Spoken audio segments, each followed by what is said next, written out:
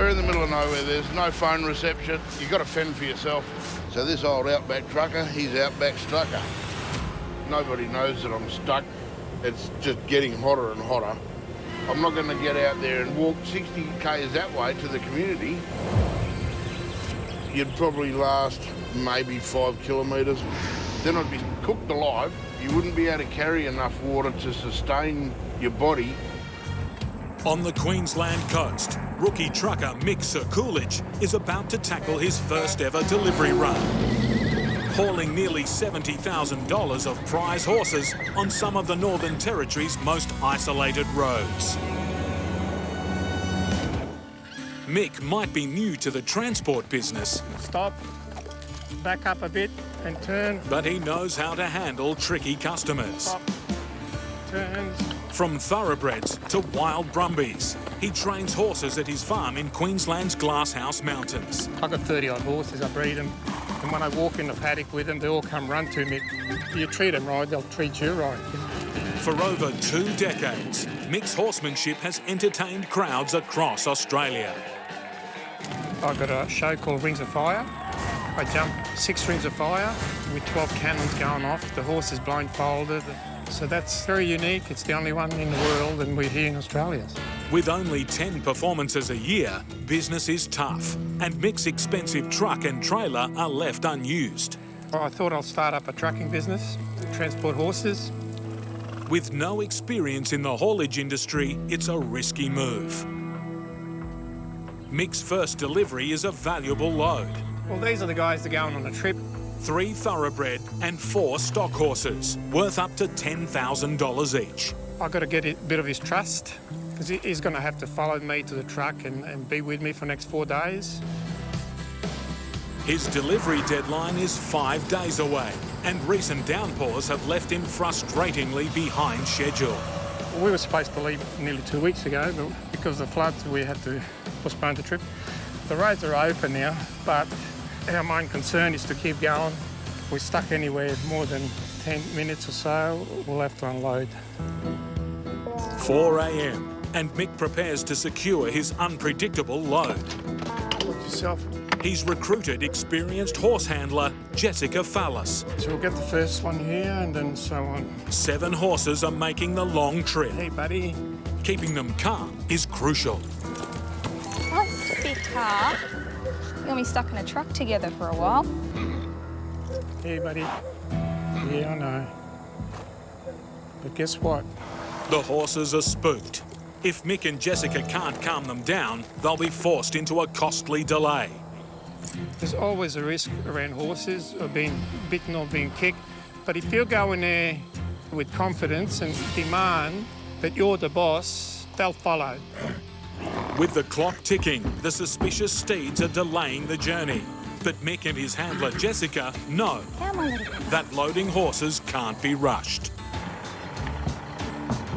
The reluctant mother and her young foal are part of $70,000 worth of prized livestock in their care. I've done this a few times myself. Red man. The 3rd member of the road team shows up. Go. And the trek west begins. Go. Out of first gear. For the next 3,500 kilometres, Mick will be keeping one eye on the road and one eye on the horses.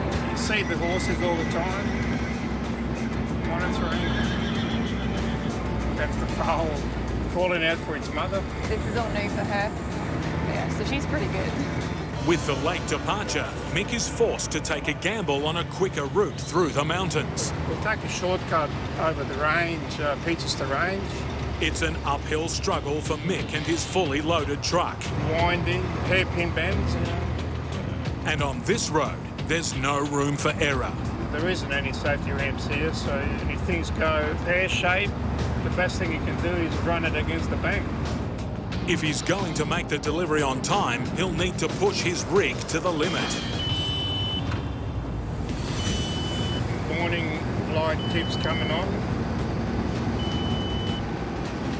Shit. The alternator. I'll have to pull over somewhere. It's bad news for the rookie trucker. If the alternator overcharges the battery, Mick, Jessica and the horses could be stranded on the steep mountain road. How long does that take to cook the batteries? An hour. Under load here, probably less. Struggle on like this, and the battery could shut down or even explode. This could be a nightmare. Mick drives on down the mountain range and pulls over to investigate. Take too long, his fragile load will also be feeling the heat. When the truck's not moving, we haven't got any airflow going through the trailer. And obviously you got 7 horses standing in the back there, that's a lot of body heat. So we like to keep the truck moving. If the truck is stopped for more than 10 minutes, the horses will become agitated and have to be unloaded and rehydrated with water. Well, there'd be no loose connection or something, so it must be internal. Under the hood, it doesn't look like an easy I fix. don't even know what you could do. But it's not all bad news. The battery isn't overheating yet. We'll just go the way it is, and as soon as the gauge blows up, I'll pull over, check the batteries. Okie dokie. Pushing on is a risk, but it looks like paying off. See, it's gone down. The voltmeter is back in a safe range. For the first time on the journey, Mick can relax Not a bad road right now. and make up time on the flat roads. What a scene. Beautiful. I always wanted to get a big truck, and I always wanted to drive across the continent. Back on schedule, he finally makes the overnight stop at Ogathella Showgrounds. Lucky we got here. It was a big day. Oh, it was a big day for the little bubba, and they've all dropped a little bit of weight, which is, normal. A bit stressful for them.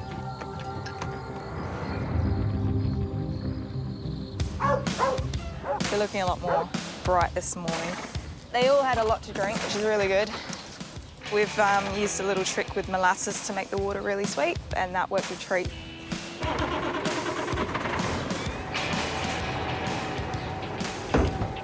With the cargo fed and refreshed, the show's back on the road. Here we go. Saying farewell to Ogathella Showground, but we're running a little bit late. Mick Kulich's maiden delivery run heads deep into Outback Queensland to collect an extra steed. Getting into Blackall, we've got to pick up a horse from the showgrounds. But as Mick prepares to load up, The engine light just come on. his mechanical troubles return. Oh no, the battery's cooking again.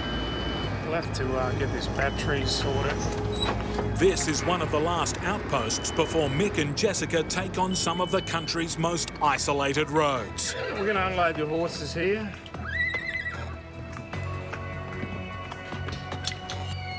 It's their final chance for a mechanic to solve the problems that are plaguing the truck. Thanks for coming out, sir. Oh, no worries. Mate. So I've got 32 volts, nearly cooked the battery. Yeah, right, yeah. And it's not long before he recognises the symptoms. I think it's, if there's a bad earth there. Could be. Yeah. You can see it right there. Terminal's cracked. You think with that earth could be the biggest problem? Yeah, possibly. First class mechanic. With a new terminal fitted, You want to jump in and start him up? Let it idle. the doctor checks if the battery's still overcharging. What's your gauge? Yeah, sounds good. Yeah, about 27. 227. That's all we need, eh? Do you think we can keep going? Yep, sure can. So we'll You get want to, hopefully we get to Winton. Very good, mate. All good. Thank you very much. Too easy. The truck is given a clean bill of health. Yeah, my darling. Yes, I'll get your friends in a minute. Jess can load up the horses. And Mick collects a new passenger. 15-year-old stock horse. We drop him off at Catherine and then he goes to Western Australia from there. All the problems are solved and fixed and we're leaving. A lot happier. Very good. Mick's first ever delivery run is back on track. but he still has to transport the horses safely across 2,000 kilometres of isolated outback roads. Any delays, and his reputation on this, his first run, will be under siege. You've got horses on the back. You can break them down on the side of the road if you're on your own, but when you've got animals, that's a different ball game altogether. Mick and Jess enter the flood zone. Until recently, the road was underwater, delaying their trip by 2 weeks. So we're down to 60 k's an hour now. You can see where the water was. Look at that, Jess. Oh wow, look at the fence. Fence is gone. Everything's down. With the road only just reopened, conditions ahead are unknown. Dead cattle.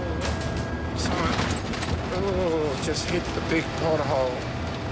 Look at that mud that was on the road. Yeah.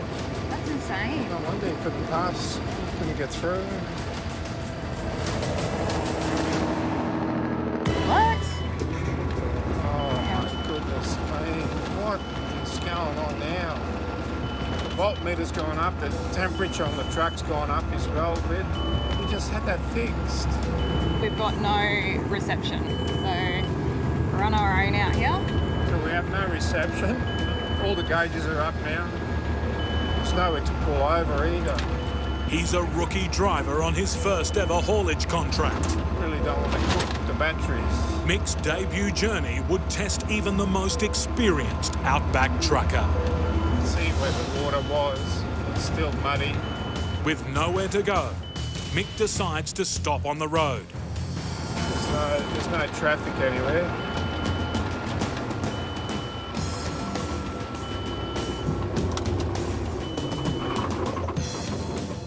At a standstill on a 130-kilometre-an-hour highway, Mick needs to find a solution fast before any other vehicles show up.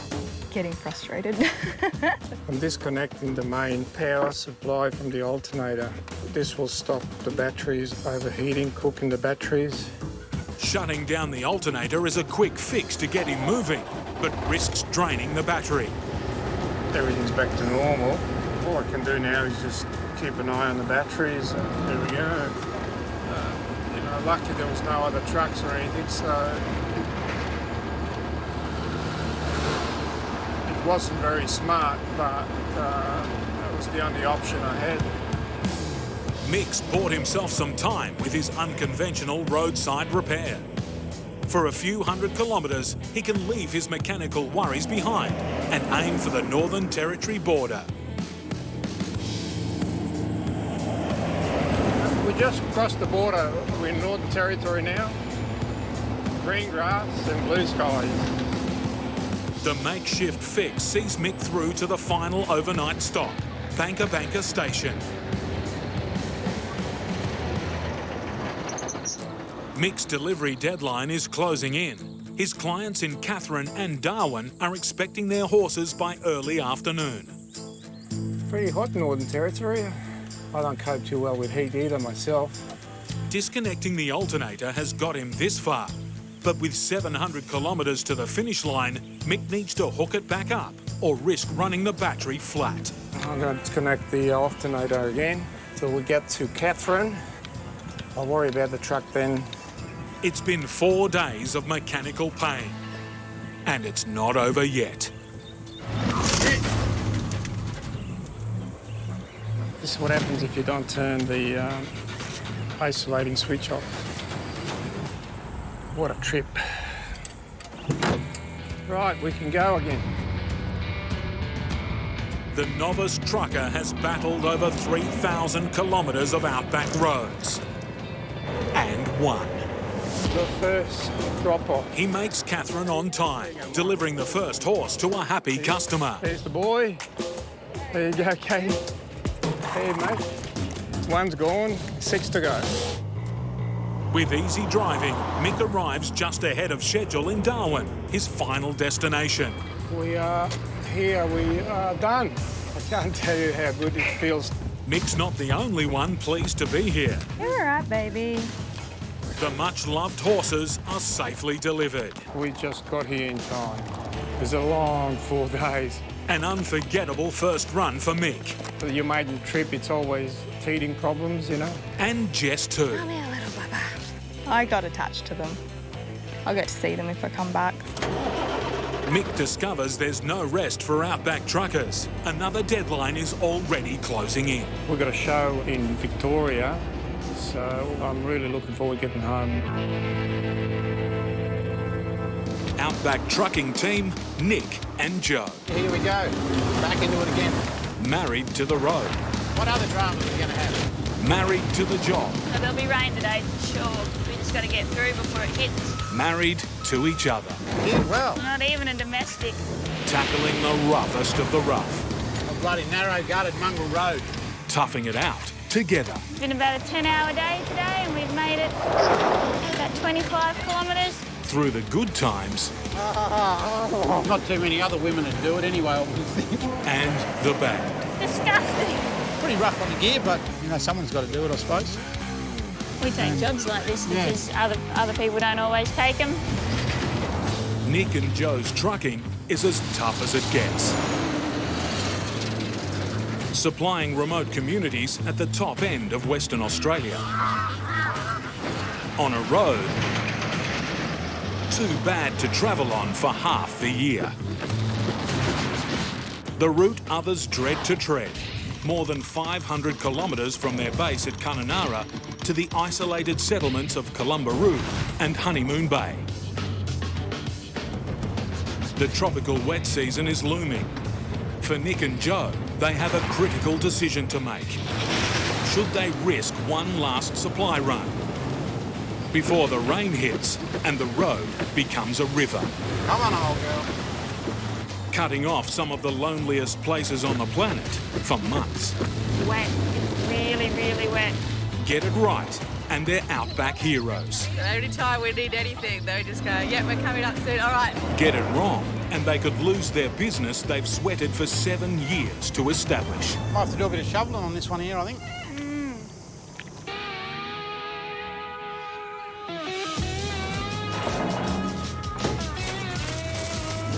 In Kununurra, it's all hands on deck in Nick and Joe's loading yard. Yep. Handling last-minute requests to get on the final supply run of the year. People have just been chucking things at the last minute this time and last trip. We seem to have ended up with 2 full loads. People are scrambling to get their orders on. Big and small. They said it was a big tractor. A tractor. And then rock up with this. A diesel tank. A fridge. Even a garden rake. This is an unusual rake. We do get some bloody snotty loads. Bits and pieces of bloody everything. But for Nick and Joe, the biggest incentive to risk this trip is to help this couple. They bend over backwards to give us a hand, which is quite priceless up here. Les and Joy Davey run the camping ground at Honeymoon Bay.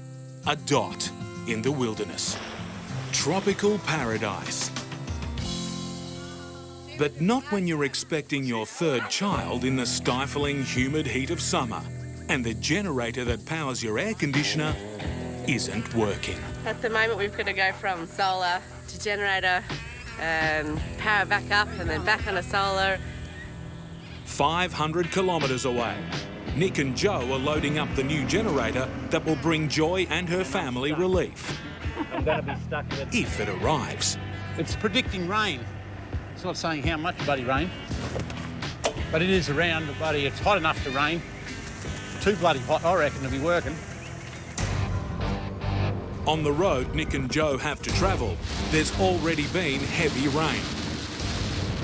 Trucks have been bogged and rivers are rising. They need to get moving soon. They've got a short amount of time. If they don't leave, they may get stuck here for the rest of the wet. Final weather checks. Do you know if they had any rain up Columbaroo Way? Demanding customers. You can't just add another pallet, you know, unless you kind of know about it the day before and we know where stuff's going. They have to go, and go now. Point of no return now. Here goes bloody nothing. It's dry where they are. You feel the bloody heat coming off that time windscreen. But up ahead, early season thunderstorms are wreaking havoc. Weather's great in Kununurra and you're 300k away, you know, on the black soil at Zeta, it's a complete mess. You got that one bog hole before the cast, and it's bloody near impossible at the moment. That other truck got stuck in it yesterday. It took 2 graders to move it. Pretty well know almost 100% that we're going to get bogged because everyone else in the last week got bogged. Why would it be any different that we should get through when everyone else can't? Well, from 20k this side and from the cast, it sounds from all the way to Columbaroo, there's a few big bog holes. They've had a fair bit of rain up there. So yeah, that'll be interesting to see how they are, because they can get big, deep bloody holes. And the water just lays in there and you can't get around them either. They're hauling 3 trailers with what could be the last supplies for communities for 6 months. If we don't get them their generator, that family could have no power till next May. I mean, how would you like to raise a family in the bush, you know, with several kids and a pregnant missus and have no power for your fridge or your freezer or, you know, a fan or anything for the next 6 months? They were late leaving. But yeah, so we're sort of running a half a day behind now. Forcing them to consider a night crossing of the biggest and most dangerous river on their journey. Croc-infested river. Not a place to break down and have to get out of the cabin. Or for a flash flood. Can come up overnight. We'll pull up on the other side of here. Check, make sure we've got no rocks in the bloody fuels. Safely across, but still on the riverbank where crocs can lie. Joe now has the job of checking to see no river rocks are wedged between the tyres. Get one stuck between the jaws, then we'll have a flat tyre or 2 within half an hour, so we can do without that tonight. The threat of massive storms and bogged roads has Nick worried about his second-hand engine. It's done, I think, 10,000k now. And this is the 4th, 5th trip up here now.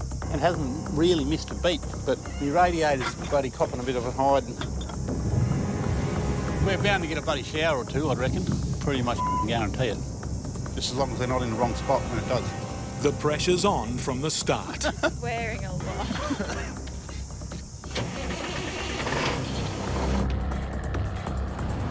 See what today will bring. Could be a nice day, it could be a complete and utter mongrel of a day.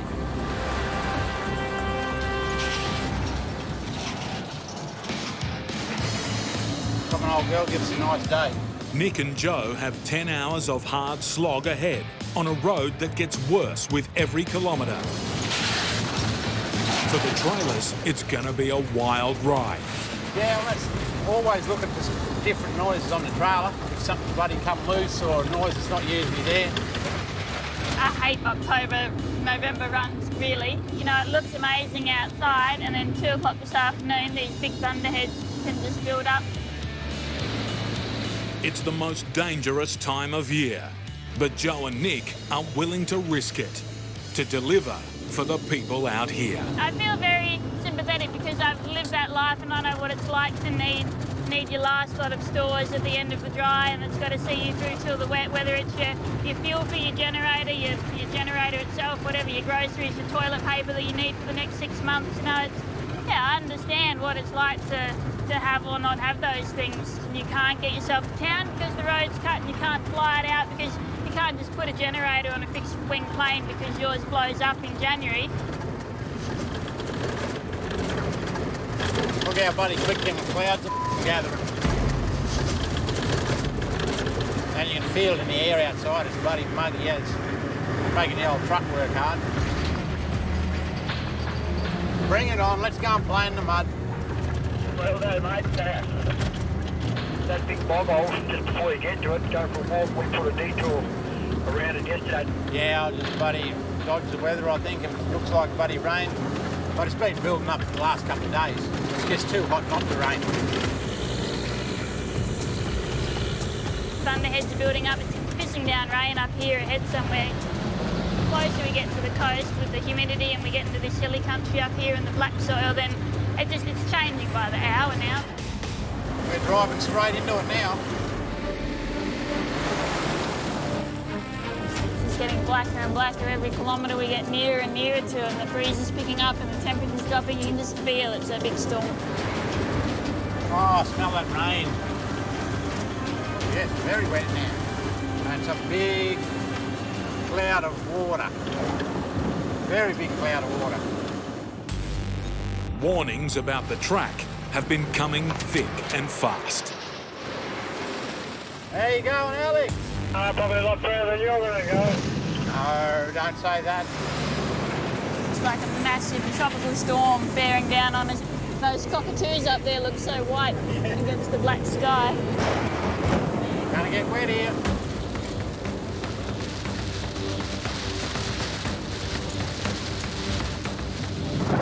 No, it gets bloody slippery along here too, just slippery clay crap.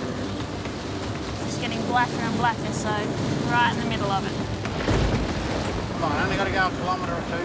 Come on, old girl, you haven't got far to go. Mark it down there. Bloody slippery, I don't want to slip down into there. Oh, it's slippery. Real slippery. Point of no return now. Yeah, I reckon. Come on, just got to get up that little tiny hole. Come on, old girl, pull. Up ahead, a slight rise.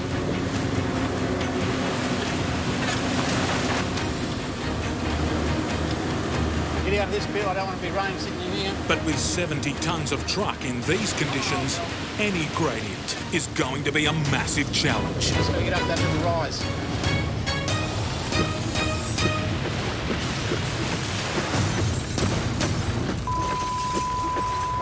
It's impossible to keep going. There's a bloody creek just down there, but we won't get up the other side of it, and it'll be washed out after this rain, I reckon. This is where we're going to pull up for a while. Probably till tomorrow morning, I'd say. You did a very good job getting through that. And look, blue sky. Pull up here for a few hours, probably all night. See how it looks in the morning. Maybe it's dried out. Next morning, clear skies. But that's not fooling Nick. I think we're going to be in a little bit of drama today, I reckon. He knows this road too well. It might be a very long, slow day. Up ahead, the mother of all bog holes. At least one or two road trains have been stuck in it.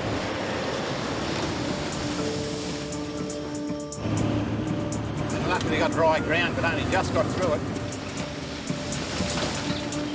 Just got out the other side.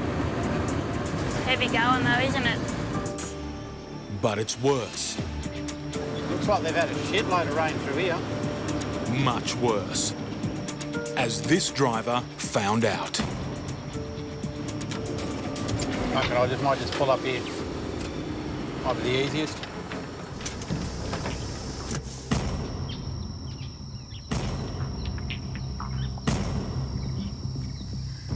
This is not real flash at all. And this is where the other trucks have been getting bogged, so there's been a sidetrack put round by the other guy with the grader yesterday. And Nick's just walking around this sidetrack just to see if it's hard enough that we can get right around this whole mess here. Hopefully. It's impossible to get the road train through in one go. Yeah, I won't get three around it anyway. So I'll give one go around there, then I'll come back and get the other ones. That's the plan. The other one, I would love to have just flogged it straight through there. I'm just one of them lucky fellas that my wife comes along with me to give me a hand. Because I don't think most of the truck drivers' wives don't go along and give me a hand. Minus two trailers, they set off on the 500-metre diversion. Not fit for a car, let alone a 30-tonne truck. It is a touch and go because that sidetrack's only been just pushed in. And I don't know, it's pretty soft around there. I lean a lot on Nick, you know, and trust his judgment. A lot weighs on his shoulders, unfortunately, but it's a bit of a risk. The wheels are spinning. The speed, barely walking pace. But they're through. Now for the big test. Nick's decided to double down on his luck and try to pull the remaining trailers through in one go. 50 tonnes of trucking trouble. We might be just sitting here for a little bit. Yeah. It's not like we're bogged to the arse, we're just in a centimetre of grease. the drive wheels spinning uselessly in the black clay mud. They may as well be on ice. It's not going to go anywhere. We can try putting some grass and crap under them wheels, a few sticks so we can get up. Yes, temporarily stuck. You don't need much when it's greasy like this. Sometimes a bit of dead grass and a few leaves and things. You just need to get that greasiness off the wheels. Afternoon storms are brewing. No good at panicking. I'll start panicking when the bloody rain starts falling. Then I'll be panicking.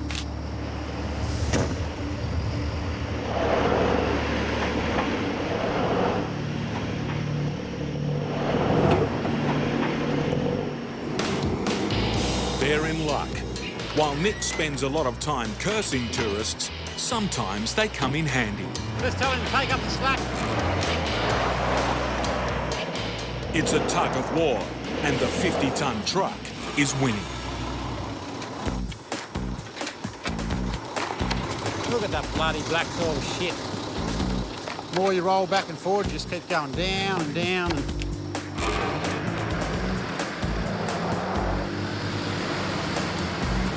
At last, some traction, and Nick's finally out of trouble. Over one hurdle, and on to the next. This bloody rain's coming in pretty quick. A nasty black soil bog. To get through, Nick needs to gun it. Oh, no, girl.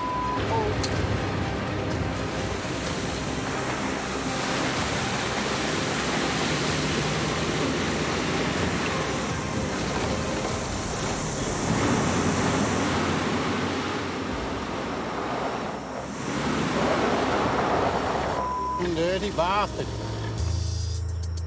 Might have to do a bit of shoveling on this one here, I think. Not real pretty, this one. You just get out of one and then you end up in another, so stuck again. Overhead is another worry. The afternoon storm will be here in the next hour or two and we won't be out of this by then, I don't think so.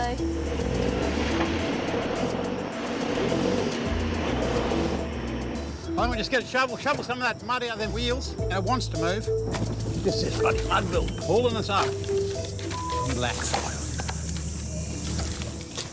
This is how messed up this weather is. It's freezing up there, big rain coming, the ground's burning the soles off my feet, and it's Swampsville back here, so we just need to dig all that sticky, horrible mud out from in front of the tyres. If it rains here, this will just fill up with water, and if it starts pissing down rain, I'm just going to have to see if I can unhook it, but we're going to get bloody rain here. Just getting blacker and blacker since we've pulled up here. Sticky crap, you can't use a shovel in it. It's a great way to wreck a day. It's going to rain any minute. Watch out there, Joanna. I'll just see if it's going to move at all.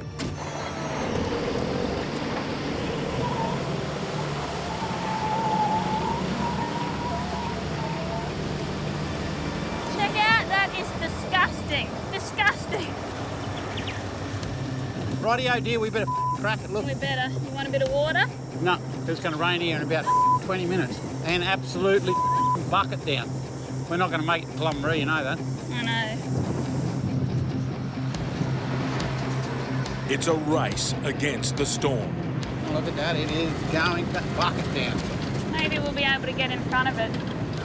Hit it and they'll get stuck again. I think we're definitely going to lose the race. It's raining right here. If I can get over this creek up on this ridge here, I'll be right. Here she comes. I think I'm going to pull up right here because it's going to absolutely piss down here. Should have been a weather forecaster, I reckon. Yeah. Might be sitting up here for a week, you know, before we go home. Well, I think this is going to be the end of the day. There was just no beating that today, I don't think. No. What a dirty, rotten mongrel. Next morning, it's blue skies and a brilliant sunny day. Go and see how wet this road is. But looks can be deceiving. Yesterday's tropical storm dumped enough water to fill every bog hole ahead of them. To make it through, they'll need their truck to be on top form. Yeah, no, the truck's holding up pretty well, actually. Apart from a few spotties have rattled out and bits and pieces smashed the headlight, but all part and parcel of the game.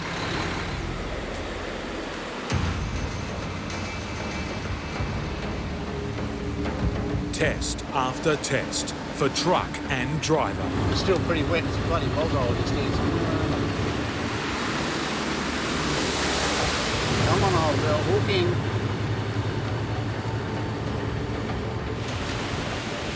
It's critical Nick keeps his momentum up. Rough too, this sucker. Come on, old girl. If I can get the pace up a little bit. Come on, old girl. Oh, it's slippery, slippery. Got out the other side, that's one good thing. Pretty much I've got one little bloody spot up here, just got to climb up a little bit. It might be bloody still too wet. Don't lose the pace, come on.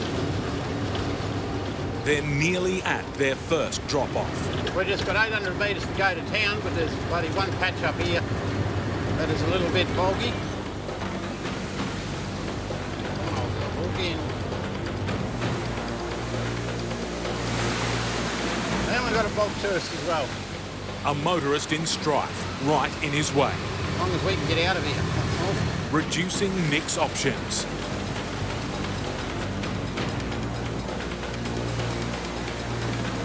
He needs to miss the stricken car and the worst of the mud, lose momentum, and he too will be stuck. Sorry, old girl, you just have to keep going to here. We'll see if we can hook a chain on him. We might have pulled up early enough. I didn't want to pull up any earlier. She was a little bit wet in there. This is not the place to leave someone stranded. You got yourself in a spot of bother there. Rightio. I'll just what, stand out away from that strap.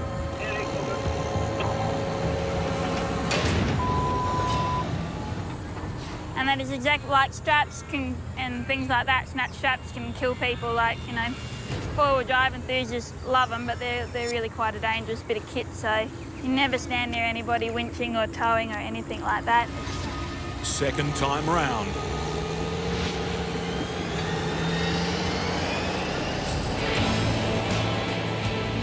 Slowly, success. Good job, people.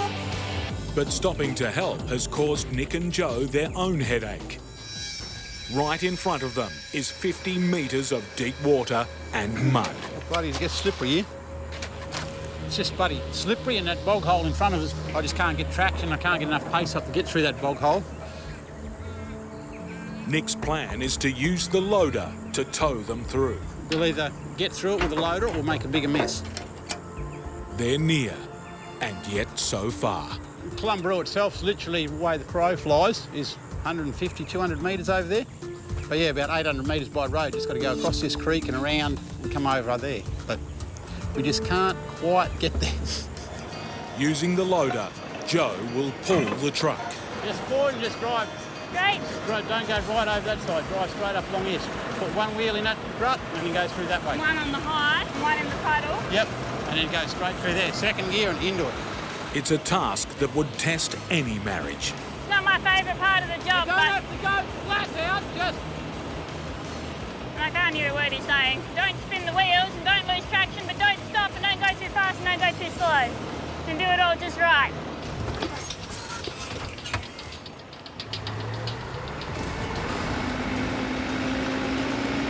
Joe has to keep her speed up, which gets harder as the mud gets thicker.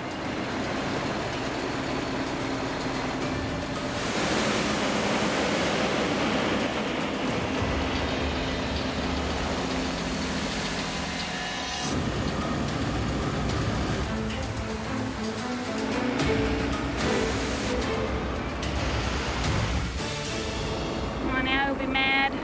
What happened over there? I couldn't steer. I tried to steer and it's just sucking me in. Did you see my front wheels like completely sideways? Slippery shit. So frustrating, and you never know just what he wants, and yeah, it's impossible. Nick has one last option. A heavy-duty chain. I'll hook a chain on to see if I can get this loader up on a little bit of harder ground.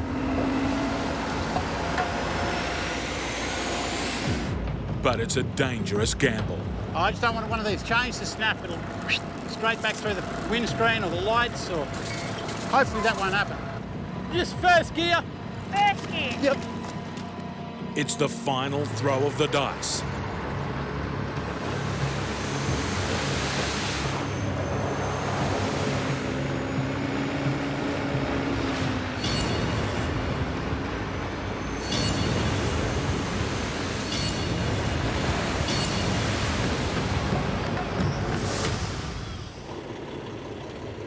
Got it! We're out of that one. It's been hard yakka for 4 days to get here, so is it worth it or not? I don't know.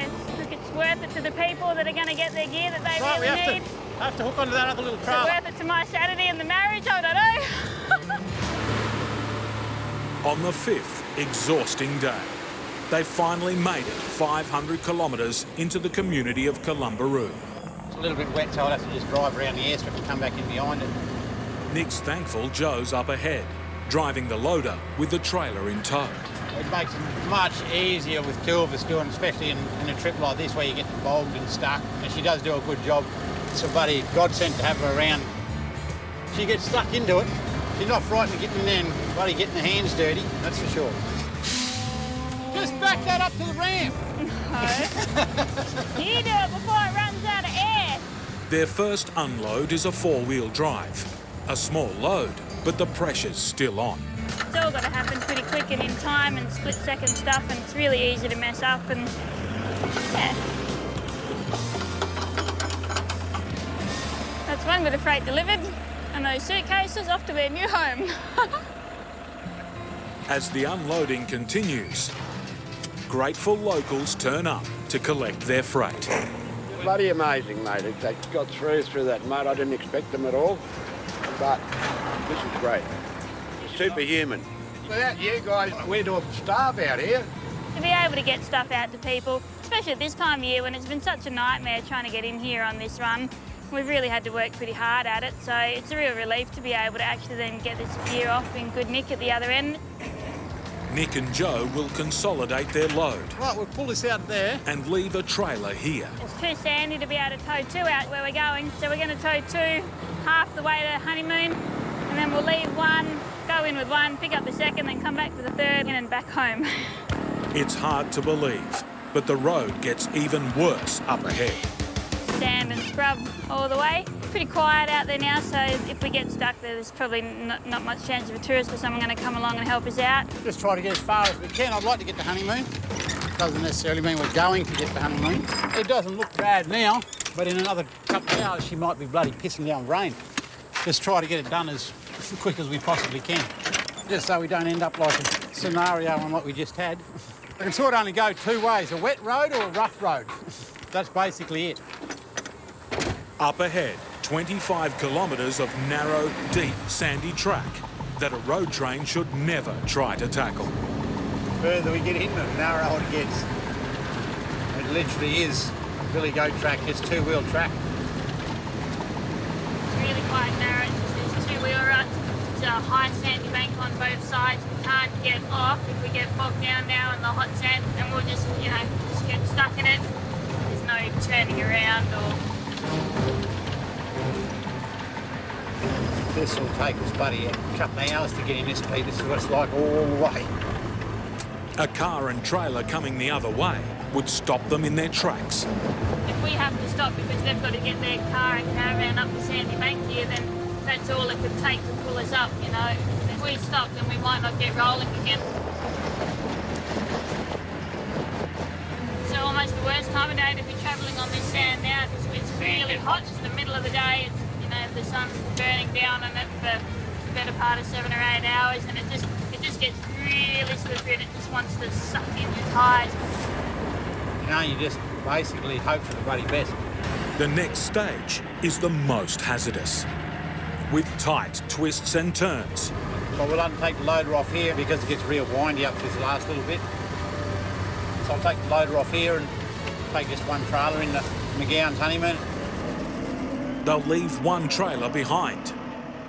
while Joe drives the loader the last painstaking kilometres. And we're just nearly up at McGowan's beach there, and we'll drop off their stores and then on the last 7k to Honeymoon. They're so bouncy loaders, like just the way they ride. A welcome sight is the fact that this broken down Hilux is far enough off the road that we can get past it. Sure glad that they didn't leave it right in the middle of the track. We'd have had to put the forks on and fork it up and chuck it off in the scrub because you can't get round anything on this track. For Nick, it's just as rough in the truck. It's not exactly the bestest flaming road to be driving a truck over, really. Just rock and sand. A lot of sandstone country in here. It's pretty hard. Just pure rock.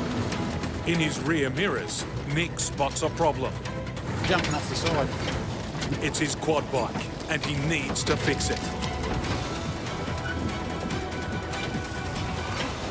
I'm a bit worried in this really sandy bit here that I hope I'm not going too slow for him and he'll lose traction and then it might pull him up.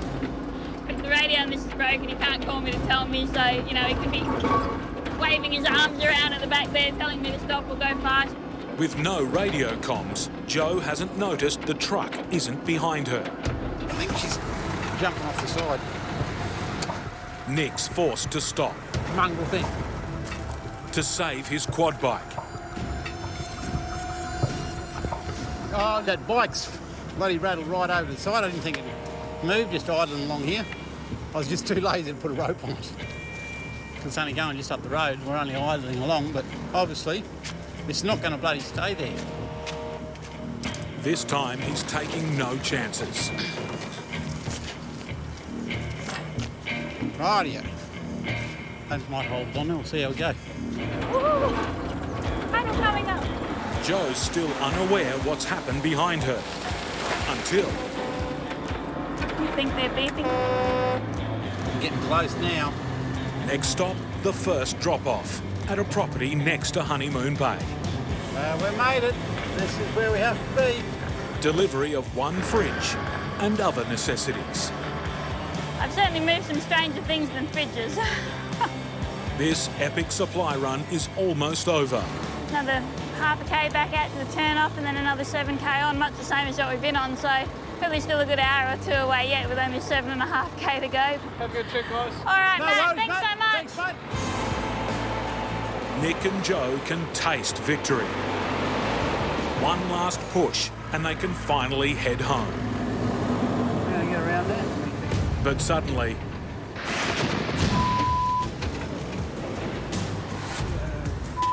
Dirty mongrel. And there goes a $600 tyre. We were having a bloody good run too, we were. One stick in the wrong spot. All it takes.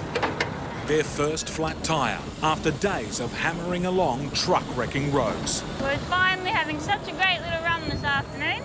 This buddy just run over a burnt stump and just tore the side clean out of the steer tyre. We're lucky it's our first splat of the trip. You know, we can't complain. But buying a replacement will take a chunk out of their profits. $600 down the tube. At least we weren't cruising down the highway doing 95 because that's when you might rip the whole mudguard and bonnet off the truck or something and roll or run off the road and that, so you can't, you know, it's not dangerous getting it at half a kilometre an hour. But this isn't going to be an easy fix. The spare tyre for the truck is on that other trailer. The trailer they left back down the track. We've got a spare steer tyre, but we don't have it with us, which now means we've got to pull this bike off, ride 5k back to where we left the second trailer and pick it up and put it on the back of the bike and bring it back out. I'll be back in 20 minutes.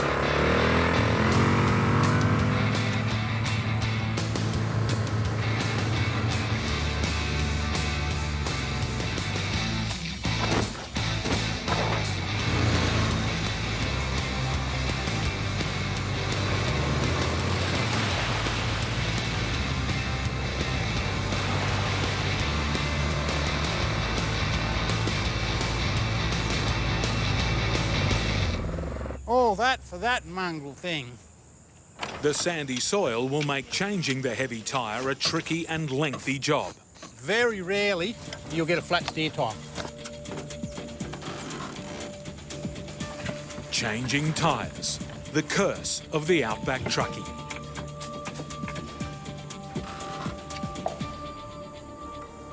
It's dusk by the time the job's done. They'll be camping one more night. We're going to be getting into camp after dark. First thing in the morning, they'll do the final run. And let's face it, nobody likes looking for firewood in the dark.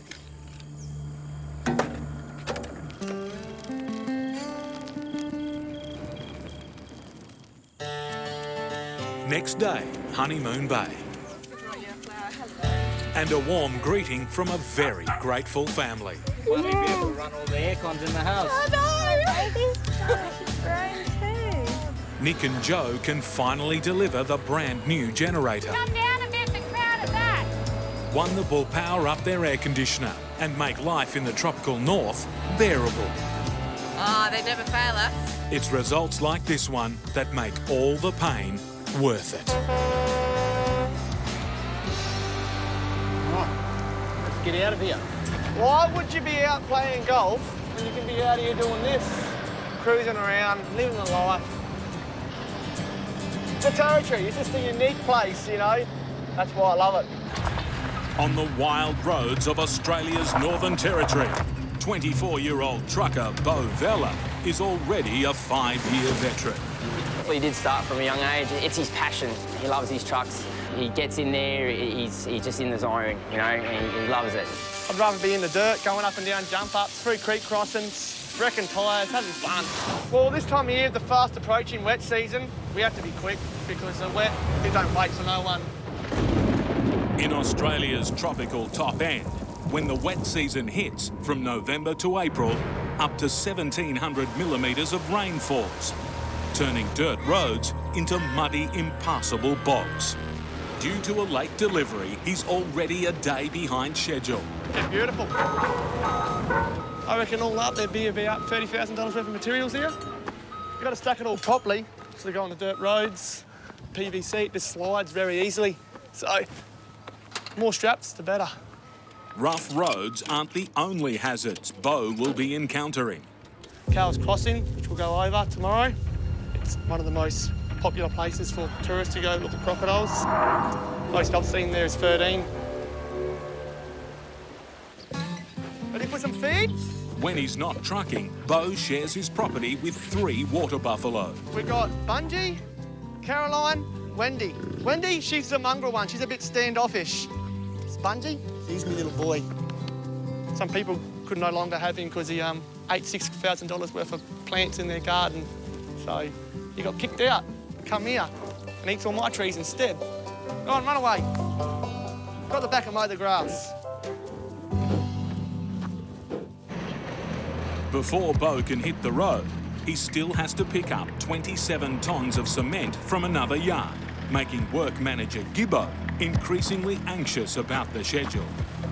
I hate it when we're late. We never miss a deadline, or we very rarely do.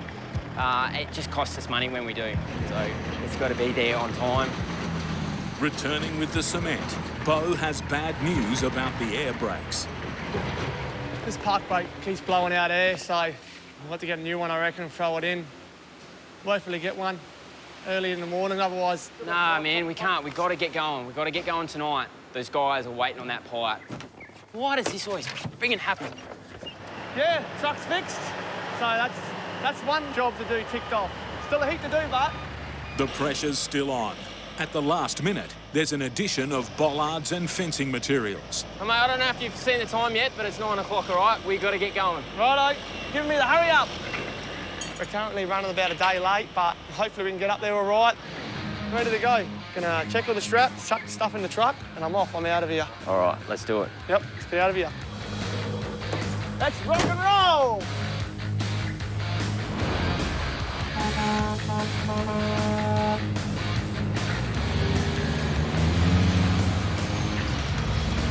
Guinea bound. We thought we weren't going, but we ended up fitting everything on. Got it all jammed on there, and now we can, make tracks. Hopefully, if this dirt's in all right condition, and maybe make up a few hours of time anyway. We'll see how we go. Kakadu National Park. Yeah, this is South Alligator River. Looks like it's high tide too. That water's pushing in. Hales is about an hour away, so hopefully the Cales Crossing, the East Alligator's not up Otherwise, we'll be waiting for the tide to go out. Yeah, Kale's Crossing, that's our first crossing we'll come to. There's a lot of crocodiles there that hang around there.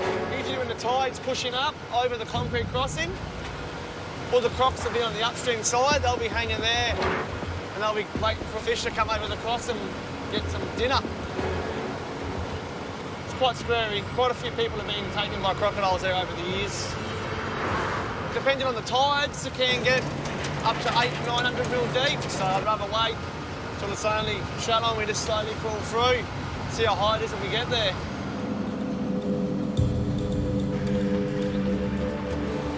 With the water rising, Bo has to make a quick decision. Pull up or push on. If we wait here, we're going to lose a few hours, which we do not need that already with our delay. Yeah, she's getting higher. Yeah, she's up and she's roaring. That's it. We're a bit of a rush, mate. We want to get across here. If we leave this another 5 minutes, we're grounded for a few hours. We must go now or we're not going to make it at all.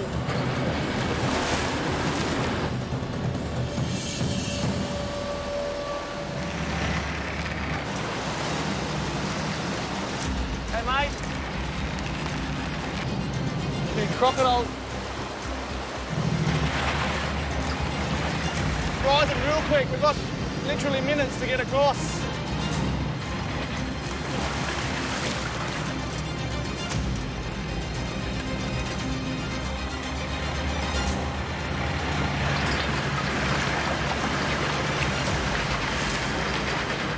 Still fairly deep.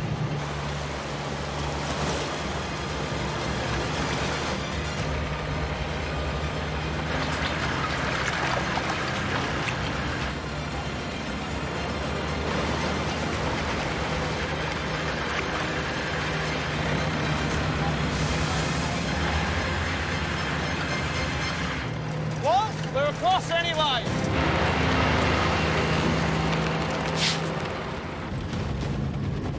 There's no let-up as the rough road gets its teeth into Bo's cargo. This first 30k is usually the roughest, so we just got to battle it out, hope to God nothing falls off.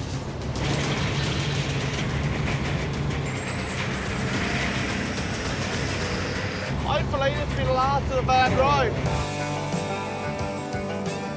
With the worst of the corrugations behind him, Bo can finally relax. Here I am now, this is my second home. Out here in the dirt, enjoying life. Look at it, sunset, beautiful scenery. Yeah, I reckon we'll pull up pretty soon. And a bit hungry, so we'll cook up a feed, have a shower, because I'm pretty clean from a shower. It's been a pretty good day. We've got a bit done, so I'm happy with that. Tomorrow, Bo faces the Blythe River, one that's beaten him before. Last time we went up the Blythe, we lost traction because the brakes were all full of water and I was real heavy, couldn't hold my weight. So I ended up slowly skidding all the way down the bottom, back into the river. It wasn't real friendly. The guys weren't real happy when I woke them up in the camp in the middle of the night to come save me out of the river. It is what it is, I suppose. The joys of doing bushwork. I'd rather be out here than sitting in the city. All right, time to go have a bath. Clean up, bit grotty from today. I leave me water in the little toolbox on the back of the truck here because of the heat of the truck and the sun, it heats up so I get warm water. Hey, look, small barramundi. Gone. That tells you something. Where there's barramundi, there's crocodiles, so I've got to be very careful here. Lucky this one's only a little creek, so I'm really stay in the shallow water and be ready to run fast. Oh, that's that's hot. Oh, that's beautiful. I feel fresh now, but I'm out of here. Time to go. Get out of here before the crocodiles come. Tomorrow, get up early and do it all over again.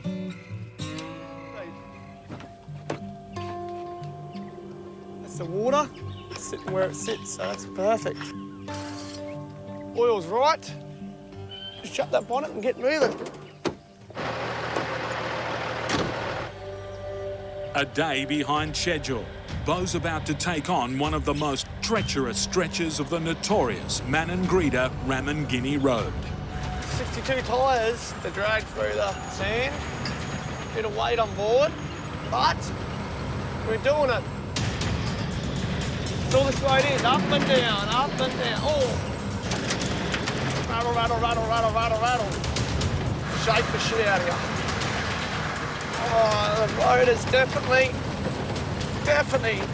got worse here.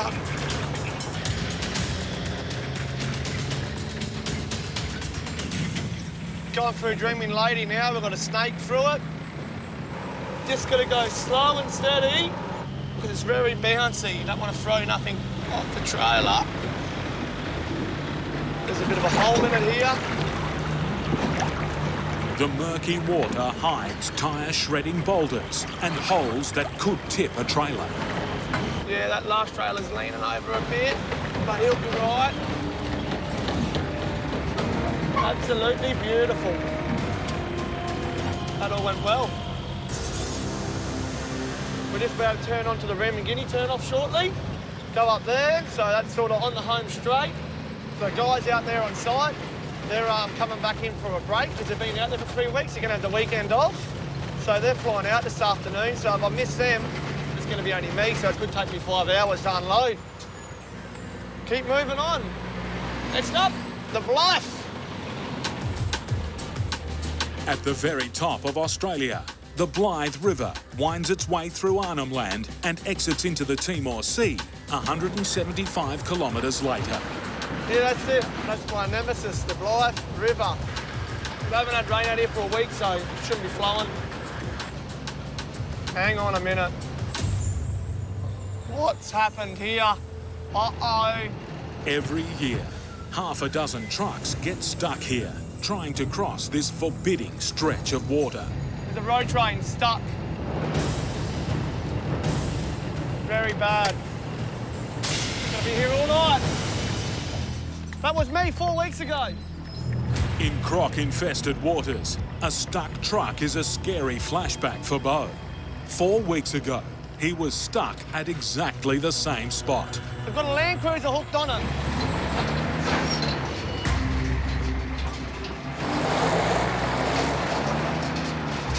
That jump up's going to be churned now. We've got no chance of pulling 3 trailers up there.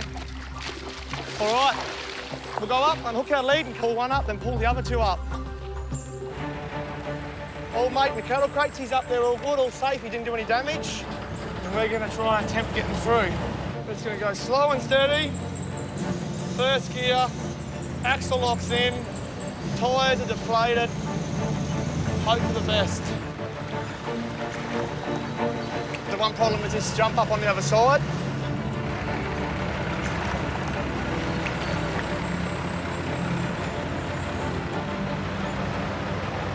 There's also sharp rocks in this crossing.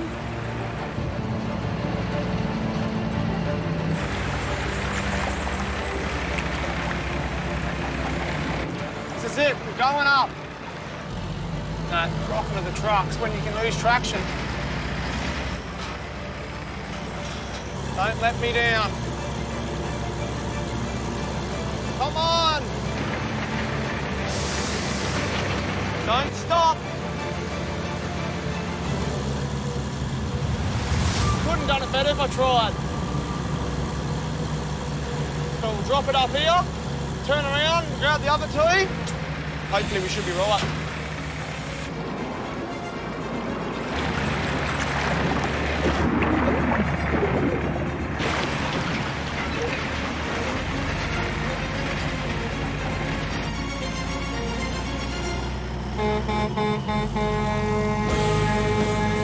Happy days!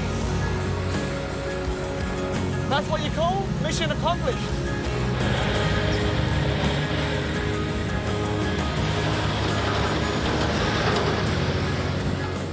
Beau's reached his destination, the remote Aboriginal settlement of Ramangini. The job site over there. Yeah, there's some people out there by the look of it. They mustn't have flown out yet. Big site. Beau's load will help build 34 brand new homes. Destination. Finally made it. You mob hung around for me. Took your time. Took my bloody time, all right. Why not? You on hourly rate or what? When are you flying out? Now? Plane's here now. I'm holding you up. I know the boys will help me. Looks like I'll get out early. I've got 2 hours of daylight. Hopefully in that time I'll get all this unloaded. First light in the morning, out of here. And thankfully it all got here in one piece. All these pallets, they all carted well, all in all. Trip went well. Ideally, we need to get as much moisture out of the system as we can before we put gas back into it. In Perth, the refrigerator unit on Woody Bryant's truck is threatening his last supply run of the year to a remote outback community. Where we're going is going to be like 46 to 48 degrees. We need to make sure it's all right. There's thermal expansion valve stuck open, flooding liquid refrigerant back to the compressor. So bad news. The fix will take time and money, but a replacement will cost even more. A new fridge trailer is about $160,000. Yeah, it's fairly intense. You're going to have to load shortly. With a load of perishable food and water supplies, Woody won't be going anywhere if his cooling system can't be fixed. Hopefully on the road by lunchtime. Yeah, we'll just see what happens. In Punmu, there are 252 members. Every year, Punmu is under threat of being cut off by the annual wet season. Food, projects, everything's got to come up from Perth. For up to 6 months of the year, rains can make access roads impassable. We just don't want to get caught with nothing out here and locked in with no food. Time is of the essence, but a number of Woody's supplies are yet to arrive in the yard. All right. Hello, how are you? Good, self.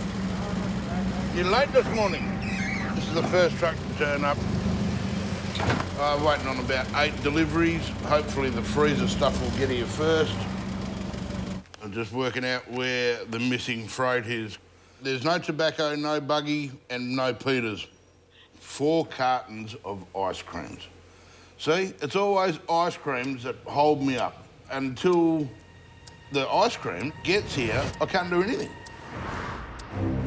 So how's it looking now, Ben? Might have to play with it a little bit. Yep. Just get in there and tune the valve. We'll go up the front and see what the temperature is. Yeah, but it seems to be operating. It's about -13. That's not bad. Pulling it down. It's looking good, so it should be fine. Chuck it in there, mate, please. Awesome. We were waiting for 4 boxes of ice cream. Now we can finally start loading because we've got to keep this stuff at -20 degrees. If the products thaw out and they're unusable, I'm the one that has to wear it. He loads more than 18 tonnes of food to last the community through the 6-month wet season.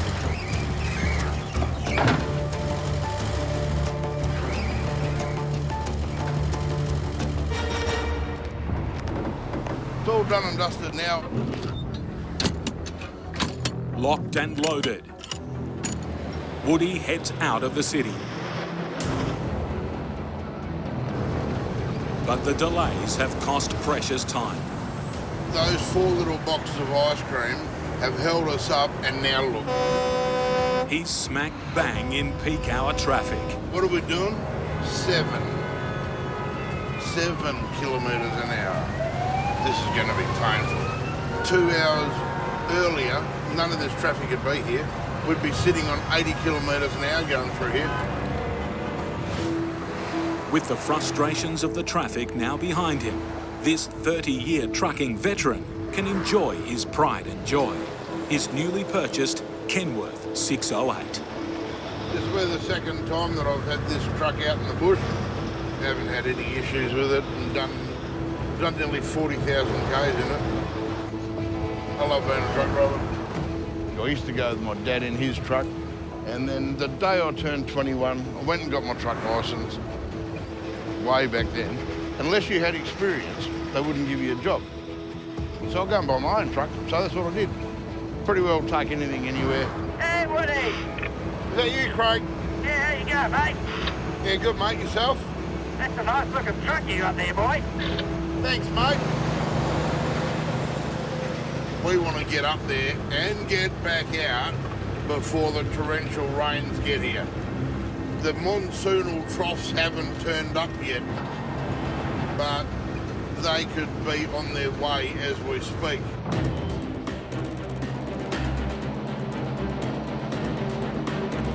What happens? The lightning, it doesn't just come out of thin air, it comes out of the static electricity built up in these big storm clouds.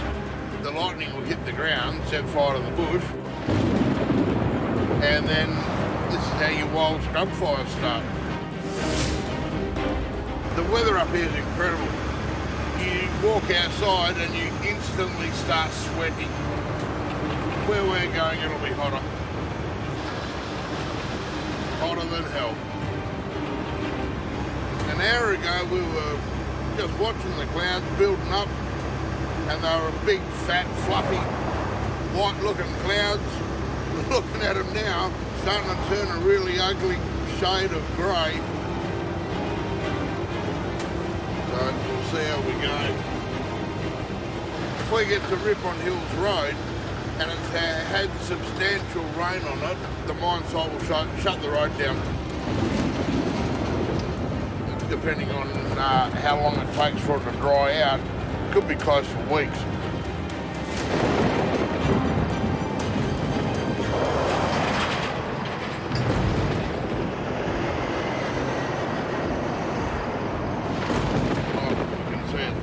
Down over to the left of us, to the west.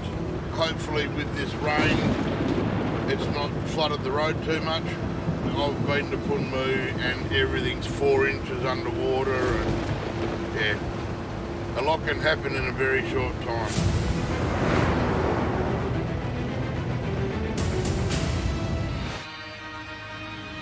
We've just crossed over the 26th parallel. So we are officially in the northwest of Western Australia. The 26th parallel, the line on Earth that defines being 26 degrees south of the equator. Still a bit stormy back behind us, but it's not looking too bad heading north. Playing on Woody's mind is his load of $100,000 worth of perishable foodstuffs stored in the ailing freezer on the back. It's all operating good at the moment, so just got to keep an eye on it. I do all my own repairs and maintenance because I'm a mechanic by trade. Punmu lies in the Great Sandy Desert, the second largest in Australia. Out here, being self-sufficient could mean the difference between life and death. It's easier to fix little bits in Perth than when you're in the middle of the desert, where it's really hot and every fly within 500 kilometres wants to come and help you. And at the end of the day, if the old girl breaks down, the only way I'm getting home from out there is in this thing here. So I've got to fix it. I'm just checking the wheel bearings. When you've done this a long time, you get a feel for whether they're running hot or not. If you put your hand on it and it burns you, there is a major issue in there, and if you keep going with it, you'll either lose a set of wheels completely or it'll catch fire. 90% of this body is fiberglass, like fibre panel type stuff. So if that caught fire, the whole lot will burn to the ground.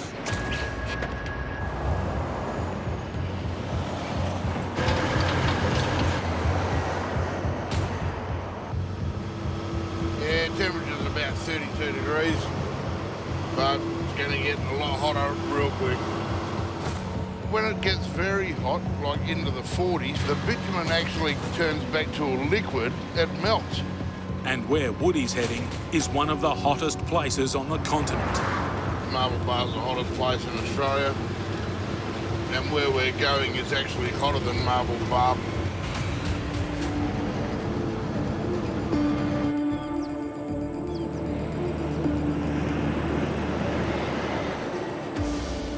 just coming up to the Punmu-Coonawarra Telfa turn-off, just turning left, and this is the last bit of bitumen we'll see. I've got eggs in there and digital equipment, and it's all got to arrive, you know, safe. You just take your time, steady, steady. On the edge of the Great Sandy Desert, Woody now faces over 400 kilometres of highly remote truck-busting dirt. When you're going out into remote places like I do, no one's going to help you. If you don't turn up this time of the year, there's no tourists out there. You might sit there for 3 or 4 days before you see someone. Gotta love the corrugation. The ruts in the road, called corrugations, force Woody down to a 6 km/h crawl. At this speed, it will take Woody 2.5 days to reach his destination. The wind is blowing the dust faster than we can drive it. I feel like a martini that's been shaken and not stirred. We've done about 5 kilometres on the dirt road, and it's taken us 3/4 of an hour, and we've got maybe 400 k's to go. Up ahead, a lonely grader appears. Its job to try and smooth the track ahead. How far are you going in the grader? All the way to Punmu? Yeah, I'll get there eventually, I guess. Taking a while, the road's pretty buggered. Old mate George in the grader, he does a good job. The tracks are so remote, they're lucky if they get graded once every 6 months. We've just turned off the main road, and now we're on the Punmu road. Could be a very long night.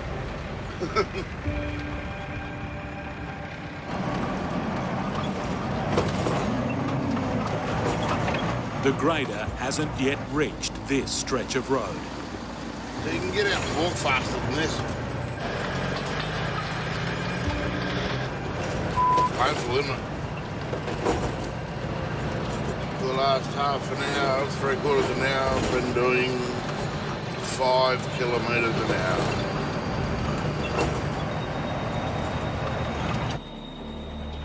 I'm just about out of guts full of these corrugations. Knocks you around a bit. Yeah, the road's starting to get big soft spots in it. You get bogged in them very easily. It's all sand here.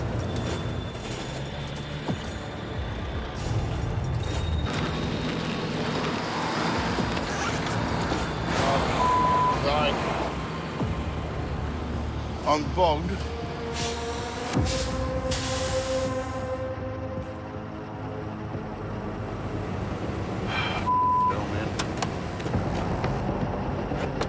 What a doofus. There's no phone reception. There's nothing. Because I'm in such soft soil, just keep digging. See if I can back out of it. Not much more I can do.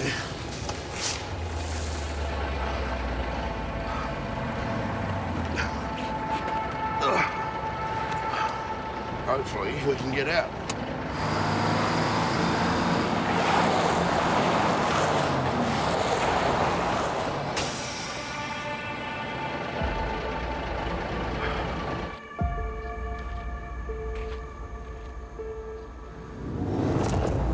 We're in the middle of nowhere. There's no phone reception, so you've got to fend for yourself.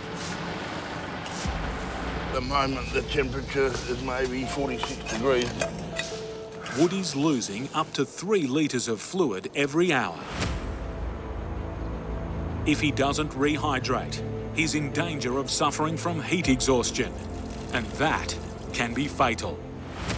I was only doing 15 kilometres an hour along here because it's still a bit corrugated, and sort of caught the soft sand on the edge, and here I am. So this old Outback trucker, he's Outback trucker. He's only 60 kilometres short of his destination, but it may as well be 1,000 kilometres away. Nobody knows that I'm stuck. It's just getting hotter and hotter. The temperature has reached a dangerous level. I'm not going to get out there and walk 60 k's that way to the community. You'd probably last maybe 5 kilometres. Then I'd be cooked alive. You wouldn't be able to carry enough water to sustain your body. The digging is also increasing his body temperature from its normal 37 degrees Celsius. I've been here too long and I've moved about a foot. If it climbs to 40 degrees, his body organs will begin to fail and shut down. My back is really starting to ache. The sand's getting really hot and starting to burn my knees. So I'm just going to chill out for a little bit. Recently, in the West Australian and Central Australian deserts, 6 people perished of dehydration within a 14-day period. All made the fatal mistake of abandoning their vehicles and trying to walk out. The sooner I can get going, the better. Woody's now been digging for 6 hours and making desperate distress calls. Any mine site vehicles on channel or anybody? But no one can hear him. Nobody knows that I'm stuck. It's just getting hotter and hotter. As the 46-degree heat burns into him, Woody's situation is perilous. Last time I got bogged, I was there for 5 days. Any mine site vehicles or anybody on channel?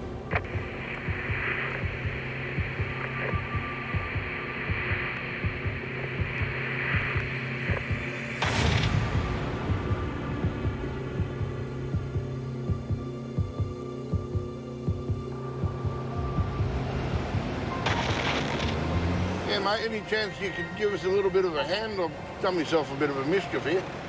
All right, man, I'll below see what we can do. Finally, somebody stopped. See if we can get out of this dirt. I'll go and have a yarn with him and see what we can do. Oh, about 18 tonne. Righto, mate. Take this like a bit. Let's see if we can get down. Righto. Thank you.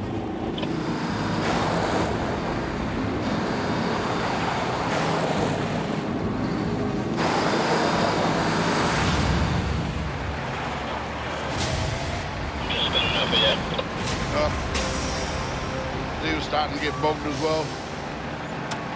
He'll come back on the hard stuff. We'll have another go at dragging it out.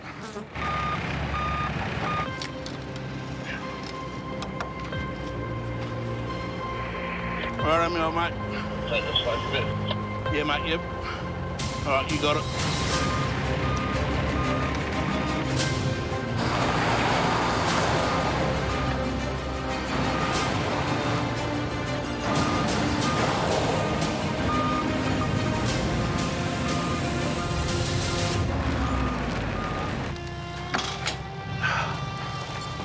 Awesome. Man's a lifesaver. Thank you very much, mate. I really appreciate it, eh? Easy, man. I'll see you later. All right, cheers, mate.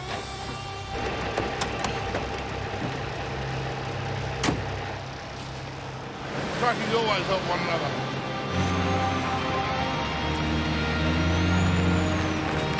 All right, so we're finally out of the sand trap and on our way to Punmu. And if I had beers, I'd be drinking lots of them.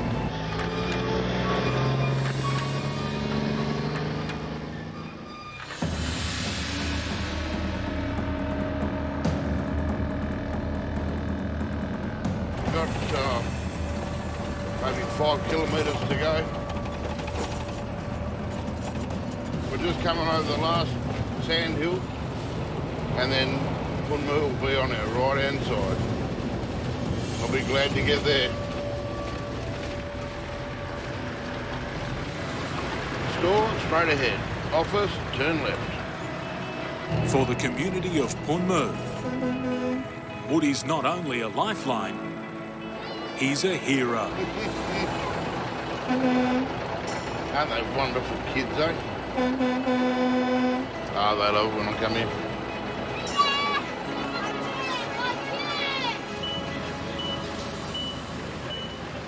We'd like to see that everything's survived. Hopefully it has. We'll start unloading the pallets now and we'll open the freezer now, see if everything's still frozen. The moment of truth. After 2,220 kilometres and fierce desert temperatures. Once we get it out of this freezer, into that freezer, job's over. Has Woody's 18 tonnes of frozen goods survived? Yeah, the icy piles that came in off Woody's truck. There you go. The ice creams are still frozen. Ring that bell, Bradley. Ring that bell, son. Every morning, the local kids get picked up from home and ride on the barrel train to school. This morning's ride has an added bonus, an ice cream, thanks to Woody. To enjoy a ride home on the barrel train, students must remain at school all day. School attendance is rocketing. Everything got here okay. Now that I've delivered their wet season load, done. If it rains, they've got enough provisions to last them a good 6 months. I like coming out here. They're really nice children. They brighten my day.